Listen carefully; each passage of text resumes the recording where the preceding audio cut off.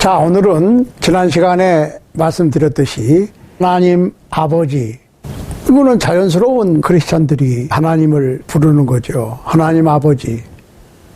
그런데 창세기 1장 25절, 26절, 27절을 근거로 해서 하나님께서 인간을 만드실 때 하나님의 형상대로 만드셔서 인간의 모델이 하나님인데 남자와 여자로 만드셨으니까 하나님도 남자 하나님, 여자 하나님, 하나님 아버지, 하나님 어머니가 있어야 되지 않느냐 라고 주장을 하는 분들이 옛날부터 있어 왔어요. 그런데 특별히 요 몇 년 사이에 한국에서 강력하게 하나님 아버지와 하나님 어머니를 주장하시는 분들이 있는데, 전통적인 신학자들, 목사님들께서 반박하시는 분이 한 분도 안 계셔서 궁금해해 오다가 마침 창세기 1장의 창조를 얘기하면서 그 문제를 생각하게 되었습니다.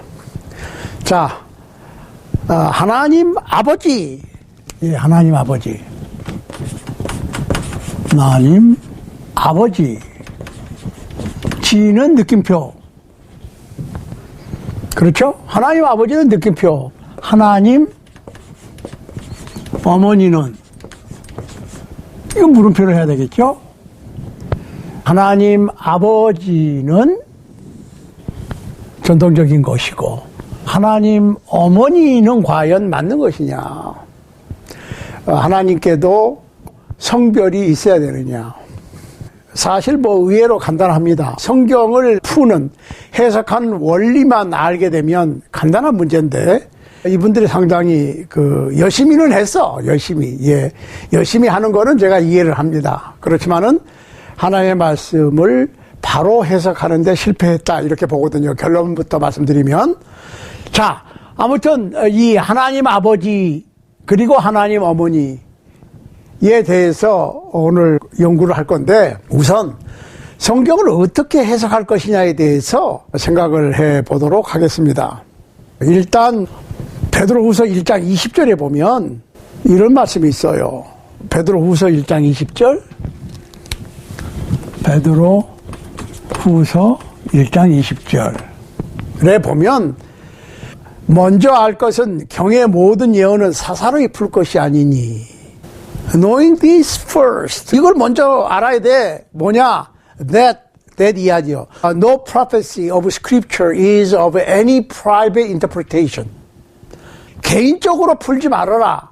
내가 느낀 거, 내가 이런 걸 느꼈습니다. 느낄 수 있죠. 나는 이렇게 느꼈다. 나는 이렇게 생각한다.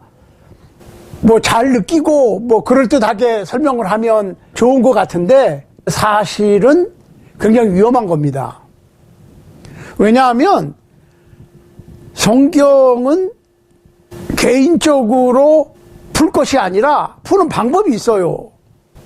잘 안 풀리는 거가 있지요. 그렇지만은 분명히 성경을 푸는 방법이 있습니다.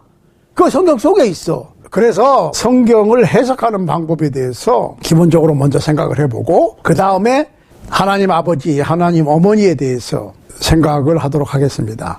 성경을 바로 해석하는 방법을 알게 되면 간단합니다, 사실은. 왜 하나님 어머니가 성경적이 아닌지. 그렇지만 성경을 해석하는 원리를 모르면 그 얘기 들으면 그럴 것 같아. 또 다른 얘기를 들으면 또 그런 것 같아. 그러니까 이게 문제가 뭐냐면, 오늘날 목사님들마다 어떤 신학을 했느냐에 따라서 성경 해석하는 방법이 달라요. 그러니까 이 목사님, 이 신학자, 이 교수님 얘기 들으면 이게 맞고, 저 교수님, 저 목사님, 저 부흥사님 얘기 들으면 저게 맞아. 왜? 다 성경을 펴놓고 하거든. 그렇지만 성경을 해석하는 방법을 성경적으로 이해하고 나면 딱 들어보면, 저분은 다 좋은데 여기서 실수를 하고 있구나. 저분이 주장하는 것은 참 은혜스럽고 좋은데 이 부분에서 놓치고 있구나, 실수하고 있구나, 삼천포로 빠지고 있구나. 가 나오는 거예요. 오케이. 사사로운 해석, private interpretation 하지 말라. 사사로운 해석, 개인적인 해석을 하지 말라고 되어 있습니다. 그러니까 제일 문제가 되는 게 뭐냐면 내 생각에는, 내가 깨달은 것은, 내가 보기에는, 이거는 무책임한 얘기예요. 성경에 이렇게 되어 있으니까 이렇게. 그렇지만 그 성경 구절이 어려워.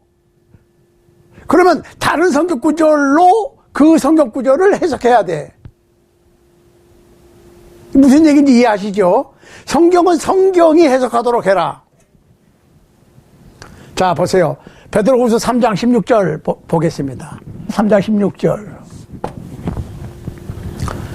또 그 모든 편지에도 이런 일에 관하여 말하였으되 그 중에 알기 어려운 것이 더러 있으니 무식한 자들과 굳세지 못한 자들이 다른 성경과 같이 그것도 억지로 풀다가 스스로 멸망에 이르느니라.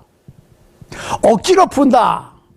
이 억지로 푼다는 얘기는 영어로는 트위스트입니다. 트위스트. 꼰다는 얘기인데 그 얘기는 무슨 얘기냐? 왜곡한다는 얘기예요. 그러니까 잘 모르겠으면 그거를 내 생각에는 내가 아는 상식으로 풀려고 그러지 말고 성경을 해석하는 원리를 알아야 되는데 원리를 모르니까 그럴듯하게 그냥 설명하는 겁니다. 그럴듯하게 그냥 설명하는 거예요.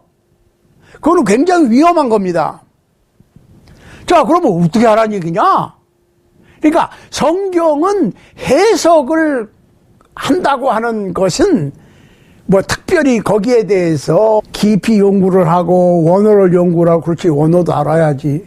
그렇지만 너무 파고들기 시작하면 중심을 잃어버려. 끝에 가서 딴소리해. 그러니까 여러 가지 원어 성경을 보면 그 원어 단어가 몇 가지 뜻이 있어. 그런데 문제는 그 몇 가지 뜻 중에서 하나만 골라서 마음에 드는 것, 내 마음에 드는 걸로 가버려. 그러면 그 단어가 그 문장에서 그 내용에서 요렇게 뜻하려고 그랬는데 그 단어가 저런 뜻도 있거든. 그러면 이게 마음에 드니까 저런 뜻으로 가버린단 말이에요. 그러면 결론적으로 가면 내용이 본문에서 성서 기자가 즉 성령의 감동함으로 쓰였으니까 하나님께서 하시고자 하는 그 내용하고 다른 방향으로 가게 됩니다. 그래서 하나의 원칙을 주셨어요. 이사야서 34장 16절입니다. 이사야서 34장 16절 한번 보세요. 너희는 여호와의 책을 자세히 읽어보라. 이것들이 하나도 빠진 것이 없고 하나도 그 짝이 없는 것이 없으리니 이는 여호와의 입이 이를 명하셨고 그의 신이 이것들을 모으셨습니다. 자, 하나님께서 선지자들, 기록자들을 통해서 쓰게 하셨고 하나님께서 쓰게 하신 거예요. 하나님의 영이 성령께서 그것을 수집하게 만들었다. 그러니까 뭐 수집은 무슨 종교회에서 했고 뭐 누가 했고 뭐 에스라가 했고 누가 했고 예, 좋아요. 다 좋아. 다 좋아. 그렇지만 결론적으로 그것을 구약 39권, 신약 27권, 토탈 66권이 되게 하신 것은 성령께서 하셨다. 성령께서 기록하게 하셨고 성령께서 수집되게 역사하셨다.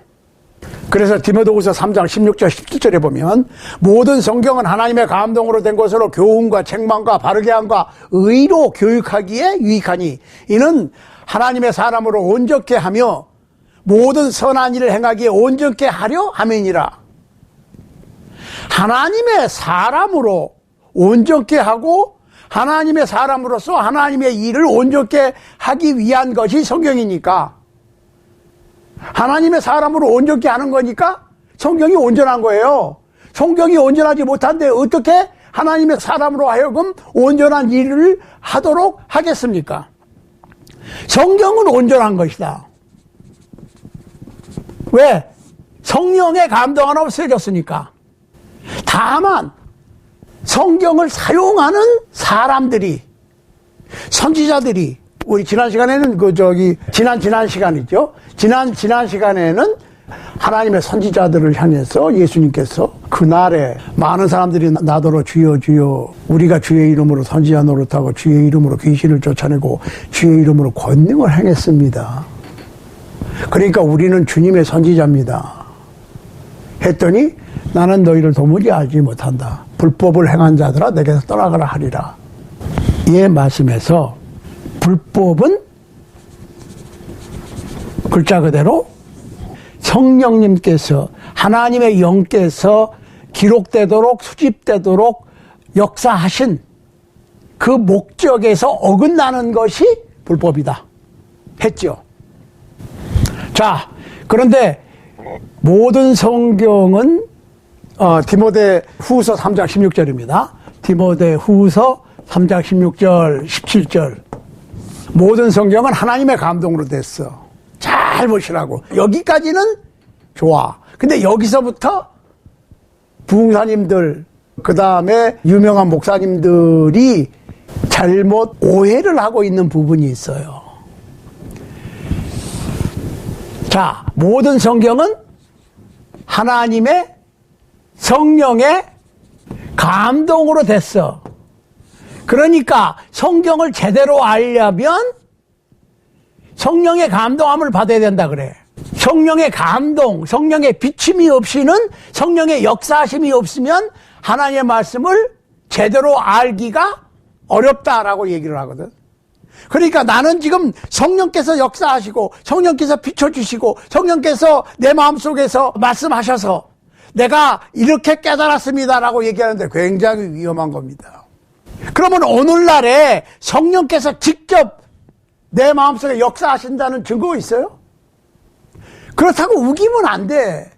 증거를 대야지. 그러면 성령께서 오늘날에도 어떤 특정인의 마음속에 직접 directly 역사하시느냐? 아무런 매개체 없이. 그런 성경 구절이 없어요, 사실은. 왜? 성경은 아까 그랬잖아요. 온전한 책이야. 성경을 사용하는 우리가 온전하지 못한 것이지 성경이 온전한 거야. 그런데 오늘날에 어떠한 특별한 계시를 따로 나한테 주신다고 그때마다. 그러면 성경은 왜 보존해 이때까지? 그러면은 어떻게 할 것이냐? 이사야서 34장 16절에는 짝이 있다 그래서 짝이 있다. 성경에는 짝이 있다. 즉 어떤 구절을 읽었는데 이해가 안 돼. 그러면 그것을 설명해주는 다른 성경 구절이 있다는 거예요. 다른 성경 구절을 대입시키라는 거지. 내가 해석하지 말고. 이게 올바른 해석법이에요. 그런데 이 성경 구절을 또 모르겠어. 무슨 소린지. 그러면 또 다른 성경 구절이 그 성경 구절을 설명해 준다는 거예요. 그러니까 성경 공부라고 하는 것은 내가 어떠한 것을 연구하고 파서 깨닫는 것이 아니고 여기서 조심해야 돼. 나는 이렇게 깨달았다. 근데 그게 맞아? 제가 예를 하나 들을게요. 양심에 따라서 자꾸 그 얘기를 하는데 양심 예 좋습니다. 하나님께서 주신 선과 악을 옳고 그름을 분별하는 기능이 양심입니다. 그런데 양심은 교육을 받기에 따라서 어떤 교육을 받았느냐에 따라서 그 양심의 기준이 달라집니다. 그렇죠? 예를 들어서 식인종들은 사람을 잡아먹는 거에 대해서 전혀 죄의식이 없어. 그러니까 식인종들이 한국의 그 고층 아파트 보면은 종합 선물 세트라고 그런다잖아요. 그런데 미국이나 한국이나 문화가 발달된 선진 국가에서 사람을 잡아먹는다고 그럴 것 같아요. 어떻게 됩니까? 그건 살인이지. 살인하고 시체 유기. 엄청난 죄를, 그것도 먹었어, 그거. 그러면 엄청난 죄예요. 그렇지만 식인종들에게는 그게 아니야. 사람을 많이 잡아먹고 해골바가지를 많이 걸어놓으면 영웅이지. 그런데 양심이 진리의 기준이 아니라니까. 양심의 법 그러는데 양심도 하나님의 말씀으로 제대로 교육을 받아야지 그렇지 않으면 그 기준이 달라질 수 있어요. 그러니까 양심은 좋은 것이지만 양심이 하나님의 말씀으로 제대로 교육을 받지 못하면 양심이 제대로 작동을 할 수가 없는 겁니다. 그러니까 하나님의 말씀이 진리지 내 양심의 판단이 진리가 아니라고. 많은 분들이 여기서 놓치고 있어요. 자, 성령의 감동함으로 쓰여진 책이니까 성경을 제대로 이해하려면 성령의 감동하심과 성령의 직접적인 역사와 비침이 있어야 된다. 천만의 말씀. 그런 성경 구절은 없어. 다만 이런 성경 구절은 있어요. 에베소서 3장 한번 보세요. 이러함으로 그리스도 예수의 일로 너희 이방을 위하여 갇힌 자 된 나 바울은 너희를 위하여 내게 주신 하나님의 은혜의 경륜을 너희가 들었을 터이라. 곧 계시로 내게 비밀을 알게 하신 것은 내가 이미 대강 기록함과 같으니. 자, 사도 바울은 성령의 감동하심으로 성령님께서 계시해 주셔서 그리스도의 비밀을 알았어요. 직접적인 성령님의 역사하심으로. 그런데 우리가 그 사도 바울이 보낸 편지와 그 사도 바울이 깨달은 그리스도의 비밀을 알기 위해서는, 즉 성경을 알기 위해서는 성령의 감동함을 받으라고 그러지 않고, 잘 보시라고, 이것을 읽으면 그리스도의 비밀을 내가 깨달은 것을 너희가 알 수 있으리라. 이제 그의 거룩한 사도들과 선지자들에게 성령으로 나타내신 것 같이 다른 세대에서는 사람의 아들들에게 알게 하지 아니하셨으니 이는 이방인들이 복음으로 말미암아 그리스도 예수 안에서 함께 후사가 되고 함께 지체가 되고 함께 약속에 참여하는 자가 됨이라. 이 복음을 위하여 그의 능력이 역사하시는 대로 내게 주신 하나님의 은혜의 선물을 따라 내가 일꾼이 되었노라. 여기서 사도 바울은 내가 계시로 그리스도의 비밀을 깨달았는데, 그래서 내가 편지를 보내는데 너희가 내가 보낸 이 편지를 깨닫기 위해서는 성령님의 감동하심과 역사하심과 비침이 있어야 깨달을 수 있다고 그랬어요. 천만의 말씀. 너희가 이것을 읽으면, 내 편지를 읽으면, 그러니까 이사야서 34장 16절에서도 하나님께서 이사야 선지자를 통해서 자세히 읽어보라, 읽어라 그랬고, 사도 바울도 에베소 3장 1절 이하 말씀을 통해서 읽으면 이렇게 표현했다고. 너희가 이것을 읽으면 이해할 수 있게 되어 있습니다. 읽지를 않으니까 문제고, 읽어도 짝을 찾을 생각을 안 하고 그 내용을 놓고 고심을 해. 이게 무슨 뜻일까? 다른 성경 구절에 분명히 그 구절을 설명해주는 말씀이 있음에도 불구하고 그것을 찾지 못하니까 엉뚱한 해석을 한다는 거예요. 본인이 개인적으로 사사롭게. 그러니까 베드로후서 1장 20절에 사사로운 해석, 프라이빗 인터프리테이션을 하지 말라고 그랬는데 그렇게 하고 있다고. 그러면 오늘날 하나님께서 우리에게 어떻게 말씀하시느냐? 그러니까 이게 그 유명한 부흥사님들이나 목사님들은 내 마음속에서 성령께서 말씀하신다고 그러는데, 나를 통해서 성령께서 말씀하신다고 그러는데, 그거는 성경하고 맞지 않아요. 자기한테 직접 하나님께서, 성령께서 계시를 주신다고 그러는데 그거는 자기 계시지 성령 계시가 아니라, 왜? 다른 세대의 사람의 아들들에게는 더 이상 사도들이나 선지자들에게 말씀하신 것 같이 직접 얘기 안 하신다니까요. 그러면 오늘날에 하나님께서는 어떻게 우리 인간에게 말씀하시고 우리는 어떻게 하나님의 음성을 들을 수가 있느냐? 유명한 목사님들이나 부흥사님들이나 신학자님들을 통해서 하나님의 음성을 듣느냐? 아니에요. 아닙니다. 절대로 아닙니다. 오늘날의 중보자, 뭐 중보기도, 뭐 중보 그러는데 구약시대에는 제사장이 있어서 사람과 하나님 사이에 중보 역할을 했어요. 제사도 백성들을 위해서 대신 드리고 했어요. 제사장이 필요했다고. 그럼 오늘날의 목사님들이 제사장이에요? 구약시대에? No. 아닙니다. 예수님께서 십자가에 못 박히실 때에, 운명하실 때에 예루살렘 성전의 지성소와 성소를 가로막고 있던 휘장이 위에서부터 아래로 쫙 찢어졌어. 카텐을 얘기하는 건데 말이 카텐이고 휘장이지 두께가 4인치 동물의 가죽으로 되어 있어요. 칼로 찢어도 잘 안 찢어지는 거야. 그런데 그게 위에서부터 아래로 쫙 갈라졌어. 그럼 히브리서 뭐라고 그랬어요? 그 휘장은 예수 그리스도의 육체다. 예수 그리스도의 육체. 즉 예수 그리스도께서 살을 찢기고 피 흘리심으로 지성소와 성소를 가로막고 있던 휘장이 찢어졌어. 그 얘기는 무슨 얘기야? 누구든지 예수 그리스도의 희생으로, 그러니까 예수 그리스도의 이름으로 누구든지 지성소에 들어갈 수 있는 거예요. 하나님 앞에 나갈 수 있는 거예요. 그래서 여기서 나온 게 굳이 신학적 용어로 얘기하면 만인사제론입니다. 누구든지 예수 그리스도의 이름으로 하나님께 기도하고 예배할 수 있다고. 다만 교회의 직분자들은 선지자가 뭐예요? 먼저 선자 알지자예요. 먼저 안 사람이 선지자야. 먼저 알았으니까 나중에 아는 사람에게 도움을 주는 것뿐이지 예배도 제사도 기도도 대신해 주는 게 아니라고.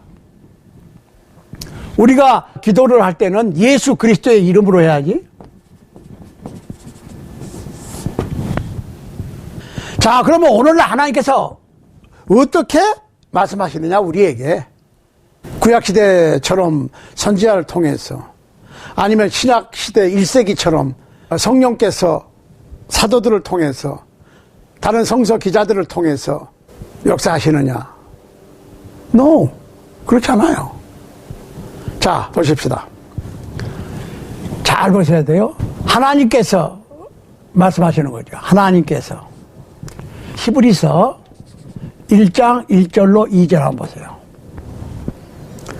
옛적의 선지자들로 여러 부분과 여러 모양으로 우리 조상들에게 말씀하신 하나님이 이 모든 날 마지막에 아들로 말씀하셨으니, 잠깐, 옛적의 여러 부분과 여러 모양으로 우리 조상들에게 선지자들을 통해서 말씀하셨다고. 그런데 이 시대의 마지막에 아들로 말씀하셨으니 예수 그리스도로 말씀하셨다고. 여기서 말씀하셨다는 얘기는 has spoken입니다. 하나님께서 선지자로 말씀하시다가 아들 예수 그리스도로 말씀하셨다고. 예수 그리스도 자체가 말씀이니까, 하나님의 말씀이 육신을 입고 세상에 오셨으니까 예수 그리스도가 오심 자체가 말씀이 이 세상에 오신 거야. 잘 들으시라고. 예수 그리스도께서 오셔서 말씀을 다 전해주셨다고. 예수 그리스도를 통해서 하실 말씀 다 하셨어요. has spoken이에요. has spoken. 요한복음 14장 26절 한번 보세요. 보혜사 곧 하나님께서 내 이름으로 보내실 성령 그가 너희에게 모든 것을 가르치시고 내가 너희에게 말한 모든 것을 생각나게 하시리라. 예수님의 제자들이 다 별로 학문이 없는 분들이에요. 그러니까 3년 동안 열심히 가르쳐 주셨는데도 잘 몰라. 그러니까 성령 그가 모든 것을 가르쳐 주시고 내가 너희를 가르친 것을 생각나게 하시리라. 그러니까 온전한 진리를 사도들에게 부탁하시는 거예요. 자, 그런데 사도들과 그리스도 중간에 스텝이 하나 더 있어. 성령. 보세요. 요한복음 16장 13절입니다. 진리의 성령이 오시면 그가 너희를 모든 진리 가운데로 인도하시리니. 모든 진리 가운데로 누구를 인도해? 사도들이에요. 오늘날에 한 사람 한 사람 모든 크리스찬이 아니에요. 사도들에게 모든 진리로 인도하신다. 성령께서 직접적으로 인도하시는 거예요. 여기서는 miraculously, directly 이렇게 되는 거예요. 그러니까 사도 바울의 같은 경우에는 뭐라고 그랬어요? 내가 성령님의 계시로 알게 되었는데 진리를. 그러면은 사도 바울뿐만 아니라 다른 사도들도 마찬가지야. 너희는 어떻게 알 수 있다고요? 똑같이 성령의 인도함으로 no! 다른 세대의 사람의 아들들에게는 사도들이나 선지자들에게 하신 것처럼 성령께서 직접 역사하시지 않는다 그랬어. 뭘로? 기록된 말씀이에요. 말씀으로. 기록된 말씀이에요. 이거 분명히 해야 돼. 기록된 말씀. 사도들이 기록해 놓은 말씀으로 너희가 이것을 읽으면, 고린도전서 2장 13절에 보면 우리가 이것을 말하거니와 사람의 지혜에 가르친 말로 아니하고 오직 성령의 가르치신 것으로 하니 그랬습니다. 성령의 가르치신 것으로 사도들이 인도를 받았고 사도들은 그 말씀으로 1세기 교회들에게 교훈을 줬습니다. 그러니까 사도들의 주장이 뭐예요? 우리의 가르침은 인간적인 가르침이 아니라 하나님의 말씀이다.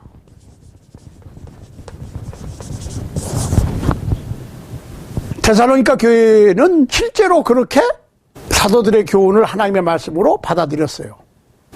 그래서 오늘날 현대인들은 기록된 말씀 성경 66권으로 현대인 가르침을 받습니다. 물론 성령께서 역사하십니다. 잘 보세요. 성령께서 역사하시는데 내가 여기 있어요. 성령께서 직접 내 머릿속에 어떤 계시를 주시느냐, 말씀하시느냐. 그 어떤 사람들은 음성을 들었다고 그래. 근데 자기 음성이에요. 자기 음성. 자기가 그렇게 생각하는 것은 성령님께서 그렇게 말씀하신 거라고 생각하는 착각이죠. No. 매개체가 필요해.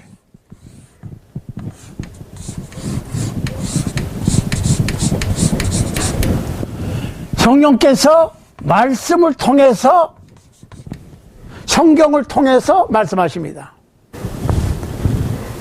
그러면 예수님께서 6월절 어린 양으로 십자가에 못 박혀 죽으시고 장사 지내시고 부활하셔서 40일을 계시다가 승천하셨고 열흘 후에 성령께서 내려오셨어. 그렇게 해서 사도행전 2장부터 사도들의 행전이 시작되고 사도들의 행전은 곧 성령 행전이다. 그런데 그것을 기록으로 남겼어요. 잘 보시라고. 그러면 오늘날에 성령께서는 직접 역사하시는 것이 아니라 마치 내 집에예요.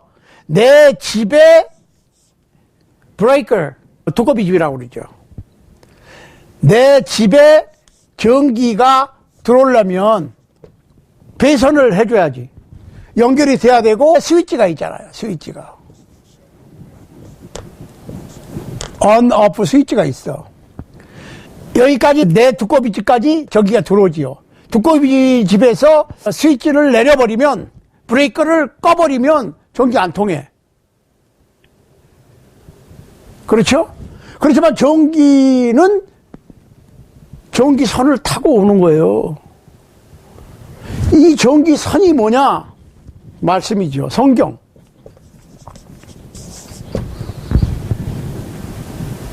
그러니까 하나님의 말씀이 가는 곳에 성령께서도 가서 역사하시는 것이지 하나님의 말씀이 없는데 성령께서 역사하실 수는 없어요.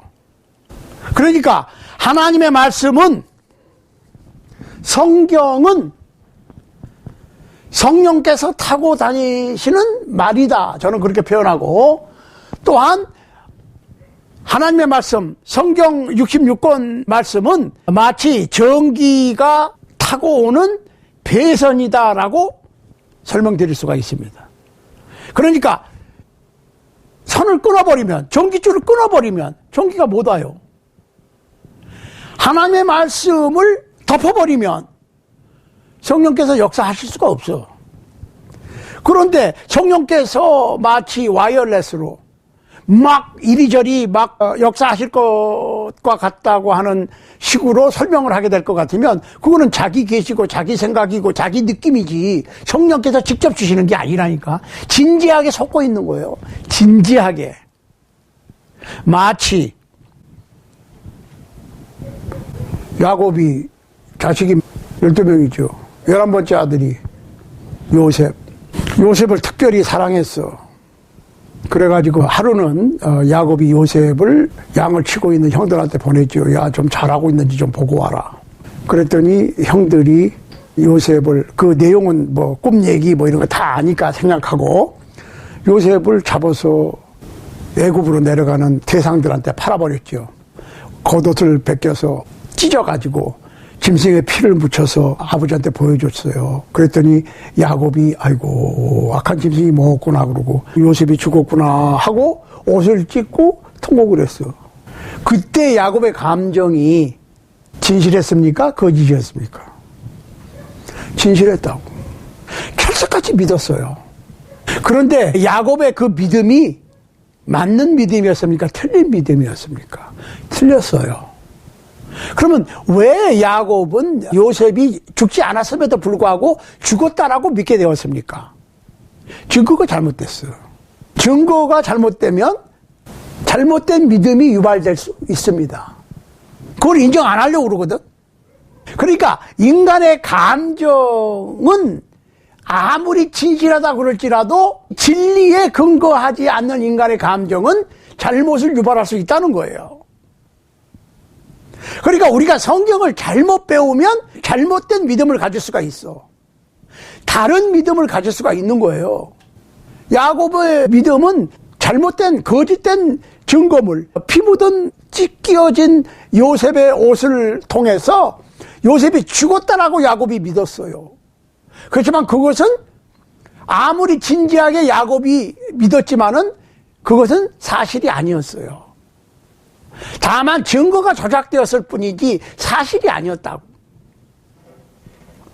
그러니까 이제 우리가 진리를 확인하는 방법이 필요하다고. 진리를 확인해야 돼. 베레아 교회 교인들처럼 사도들에게 말씀을 드리면 진짜로 그런지 확인을 했어. 그러니까 저는 이런 성경 공부 시간을 제가 주도하면서도 무조건 따르라고 그렇게 주장을 안 합니다. 확인해라 이거야. 여러분들이 직접 혹시 여러분의 성경과 제 성경이 다를 수가 있으니까 여러분들이 한평생 사용해온 성경을 사용하시라고.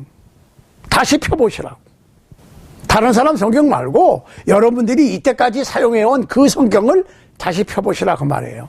제가 여기서 성경 구절들을 드리잖아요. 그럼 그거를 펴서 직접 확인하시라고. 그리고 진리를 여러분들이 직접 확인을 하시란 말이에요. 그게 필요해요. 아무개 목사님, 아무개 부흥사님, 능력이 있고 하나님께서 귀히 쓰시는 능력 있는 종. 목사님이 다른 말 하시겠어? 우리 교회 담임 목사님이 매일같이 교인들을 위해서 눈물로 기도하시는 그분이 거짓말 하시겠어? 거짓말 아니죠. 그렇지만 잘못 느끼고 잘못 설명을 하실 수도 있다고. 그걸 인정을 해야 돼. 온전한 사람은 없습니다. 성경이 온전한 것이지 성경을 취급하는 사람이 온전한 건 아니에요. 온전한 사람은 없어요. 그렇지만 계속해서 진리의 말씀을 옳게 분별하기 위해서 노력을 해야 돼요. 그래서 사도 바울이 디모데후서 2장 15절에서 사랑하는 믿음의 아들 젊은 전도자 디모데에게 네가 진리의 말씀을 옳게 분별하며 부끄러울 것이 없는 일꾼으로 인정된 자로 자신을 하나님께 드리기를 힘써라 그랬어요. 옳게 분별하다고 하는 얘기는 이게 rightly dividing입니다. 그 얘기는 무슨 얘기예요? 바로 취급하라는 얘기야. 바로 취급을 못할 수도 있어요. 성경을 취급하는 방법은 뭐예요? 이사야 선지자를 통해서는 자세히 읽어봐라. 짝이 있다. 짝을 찾아라. 성경을 열심히 읽어보면 이 말씀이 그 말씀이구나. 이 말씀이 그 말씀을 설명해주고 있구나. 이게 나와야 되거든. 이렇게 척척 모자이크를 맞춰가는 거예요. 전체 그림에 대해서. 그래서 하나의 큰 그림이 그려지는 겁니다. 자, 그러면 오늘의 주제면서 결론인 하나님 아버지, 하나님 어머니에 대해서 이러한 그 성경을 해석하는 사사로이 해석하지 말고 내가 알고 있는 얄팍한 지식 가지고 성경 구절을 해석하지 말고 성경의 짝을 찾아서 과연 이 말씀이 무슨 뜻인가? 왜 이렇게 기록이 됐고 내가 이것을 어떻게 바로 이해할 것인가? 어떻게 이 말씀을 바로 취급할 것인가를 생각하는 방법은 뭐예요? 다른 성경 구절로 그 성경 구절을 이해해라. 자, 봅니다. 창세기 1장 26절, 27절, 28절, 26절부터 읽습니다. 하나님이 가라사대 우리의 형상을 따라 우리의 모양대로 우리가 사람을 만들고 그로 바다의 고기와 공중의 새와 육축과 온 땅에 기는 모든 것을 다스리게 하자 하시고, 여기서 하나님께서 하나의 설계의 도면을 내놓으시는데 우리의 형상대로 이렇게 사람을 만들자. 그래서 우리가 만든 천하 만물을 다스리게 하자. 이렇게 제청을 하시지요. 여기서 하나님은 아버지 하나님이 제청을 하셔. 그런데 여기서 우리라고 하는 것은 뭐예요? 하나님 아버지 말씀이신 예수 그리스도, 이건 결론적으로 그런 거예요. 그 다음에 처음에 지구가 아니라 수구라고 그랬어요. 수구 위에 hovering, 운행하셨던 성령님, 하나님의 신, 하나님 아버지와 아들 말씀 예수 그리스도와 하나님의 거룩하신 영이신 성령님을 가르쳐서 우리라고 그런 것이지, 어떤 사람이 얘기한 것처럼 남자와 여자를 얘기한 게 아니에요. 한번 보시자고. 하나님이 자기 형상, 27절입니다. 곧 하나님의 형상대로 사람을 창조하시되 남자와 여자를 창조하시고, 이게 우리가 생각해 봐야 되는 거야. 사람을 만들었는데 남자와 여자로 만드셨어. 그러니까 사람의 모델인 하나님도 남자 여자가 있어야 된다. 그렇게 단순하게 생각하면 그래. 그렇지만 뭐라고 그랬어요? 사사로운 해석하지 말라. 이 남자와 여자로 만들었는데 과연 의심은 가져볼 수 있어요. 사람을 하나님께서 하나님의 형상대로 만들었는데 남자와 여자를 만들었으니까 남자와 여자의 모델이 하나님이니까 하나님께서도 남자 하나님, 여자 하나님, 하나님 아버지, 하나님 어머니가 있을 수 있다고 하는 생각은 해볼 수 있겠지. 그렇지만 그것이 사실이냐 아니냐는 아직 아니에요. 왜? 성경 이 한 구절 가지고만 보면 그래. 그래서 뭐라고 그랬어요? 어려운 성경을 private interpretation, 개인적으로 해석하지 말고 짝을 찾아봐라. 다른 성경 구절을 보면 명백해져. 28절 하나님이 그들에게 복을 주시며 그들에게 이르시되 생육하고 번성하여 땅에 충만하라. 땅을 정복하라. 바다의 고기와 공중의 새와 땅에 움직이는 모든 생물을 다스리라 하시니라. 자, 하나님께서 처음에 누굴 만들었어요? 아담을 만드셨지. 아담이란 말이 무슨 말이에요? man이란 말입니다. man. 잘 보시라고. 잘 보세요. 왜 하나님 어머니가 있을 수 없는가를 지금 제가 설명하는 거예요. 여호와 하나님이 그 사람을 이끌어 에덴 동산에 두사 그것을 다스리며 지키게 하시고, Lord God took the man and put him in the garden of Eden to tend and keep it. 여호와 하나님이 그 사람에게 명하여 가라사대 동산 각종 나무의 실과는 네가 임으로 먹되, 17절 선악을 알게 하는 나무의 실과는 먹지 말라, 네가 먹는 날에는 종종 죽으리라 하시니라. 자, 이 명령을 누구한테 하셨습니까? 하나님께서. 남자와 여자에게 하셨습니까? 남자에게 하셨습니까? 남자에게 했다고. 그리고 처음에 하나님께서 남자를 만들어서 에덴 동산에 넣으시고 지키게 하셨고, 선악을 알게 하는 나무의 열매만큼은 먹지 말라고 할 때 그 명령은 남자에게 주어졌고 아담에게 주어졌고, 이때 여자는 없었습니다. 미안하지만 보세요. 여호와 하나님이 가라사대 사람의 독처하는 것이 좋지 못하니 내가 그를 위하여 돕는 배필을 지으리라 하시니라. 그 얘기는 무슨 얘기야? 아직 여자가 만들어지지 않았다고. 그 다음에 19절 여호와 하나님이 흙으로 각종 들짐승과 공중의 각종 새를 지으시고, 아담이 어떻게 이름을 짓나 보시려고 그것들을 그에게로 이끌어 이르시니 아담이 각 생물에 일컫는 바가 곧 그 이름이라. 잠깐만. 에덴 동산에 지어 놓으신 모든 걸 다 만들어 놓으시고 아담을 에덴 동산에 집어넣고 뭐를 했다고요? 모든 생물의 이름을 짓게 했다. 자, 이때까지 여자 있었습니까? 없었습니까? 없었습니다. 아담이 각 생물을 일컫는 바가 곧 그 이름이라. 아담이 하나님께서 지으신 모든 생물의 이름을 다 지을 때까지 혼자 살았어요. 그런데 그게 얼만큼 긴 기간인지에 대한 언급이 없다고. 그러니까 얼마나 오랫동안 에덴 동산에서 혼자 각종 생물의 이름을 다 아담이 혼자 살면서 지었단 말이에요. 그때까지 여자가 없었어.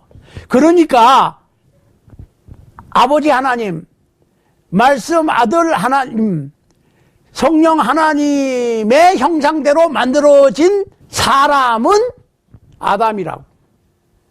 하나님께서 하나님을 모델로 남자와 여자를 만드신 게 아니라 남자 아담을 만드셨다고. 자, 20절 보세요.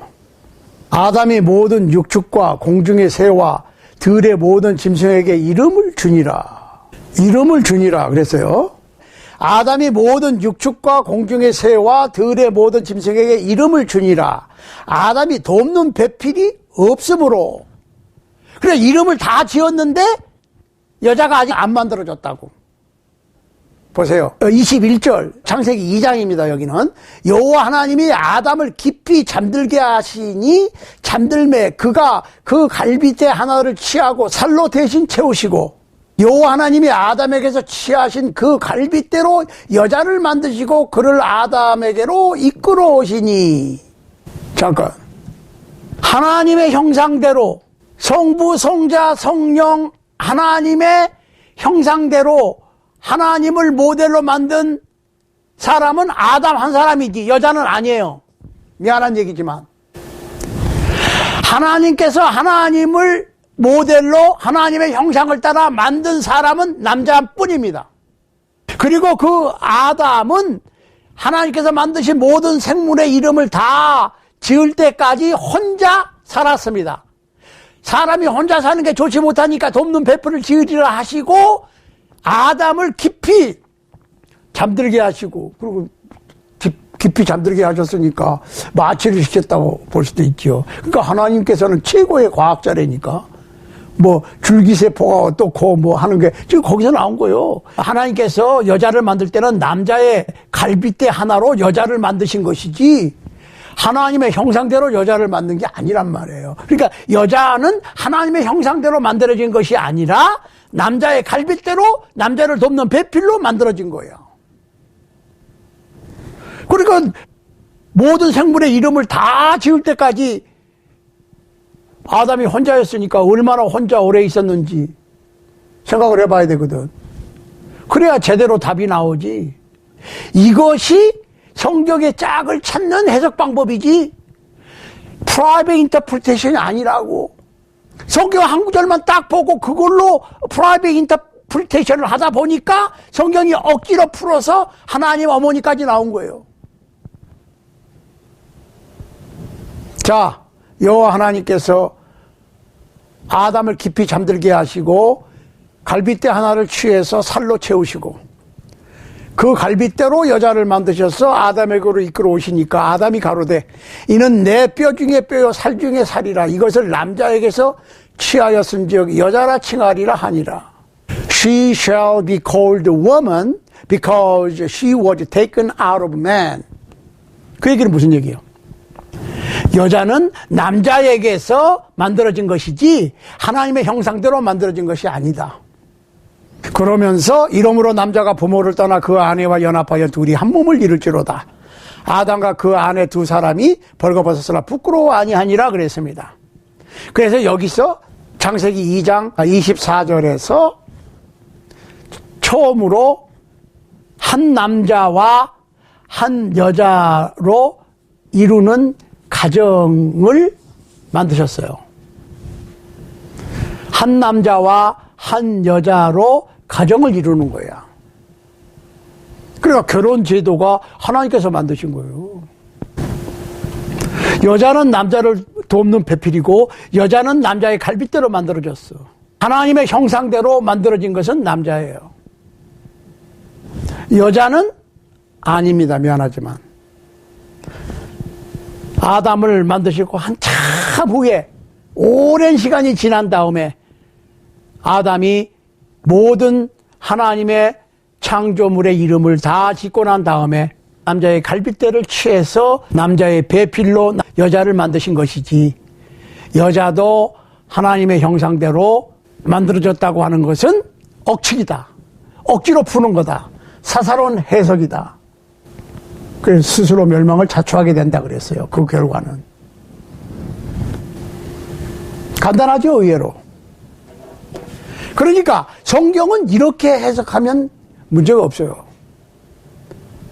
짝이 있으니까 짝을 찾아라. 이해하기 어려운 성경 구절이 있으면 다른 성경 구절로 그 성경 구절을 조명해서 짝을 찾아서 이해하도록 해라. 억지로 풀지 마라. Private interpretation은 굉장히 위험한 겁니다. 그러므로 오늘날 하나님 어머니를 주장하는 분들은 상당히 성서적 교리에서 떠나 있다고 하는 겁니다. 다른 여러 가지 내용도 성경의 가르침도 이렇게 오해를 하고 있어요. 무명한 많은 신학자들이나 목사님들이 이렇게 큰 실수는 범하지 않더라도 거기에 못지않는 실수들을 범하시면서 자기의 사사로운 해석을 마치 성령님의 계시나 가르침이라고 착각해서 가르치시는 경우가 종종 있어요. 여러분, 성경은 완전한 책입니다. 완전한 인간에게 주실 하나님의 말씀에 기록된 책입니다. 그렇지만 해석하는 사람에 따라서 그 내용이 달라지고 엉뚱한 해석을 할 수도 있습니다. 성경을 바로 취급하는 것은 성경 말씀을 가르치는 위치에 있는 분들에게 아주 중요한 것입니다. 말에 온전한 사람은 없습니다.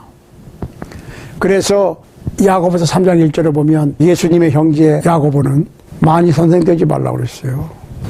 왜? 선생된 우리가 더 엄격한 심판을 받는다.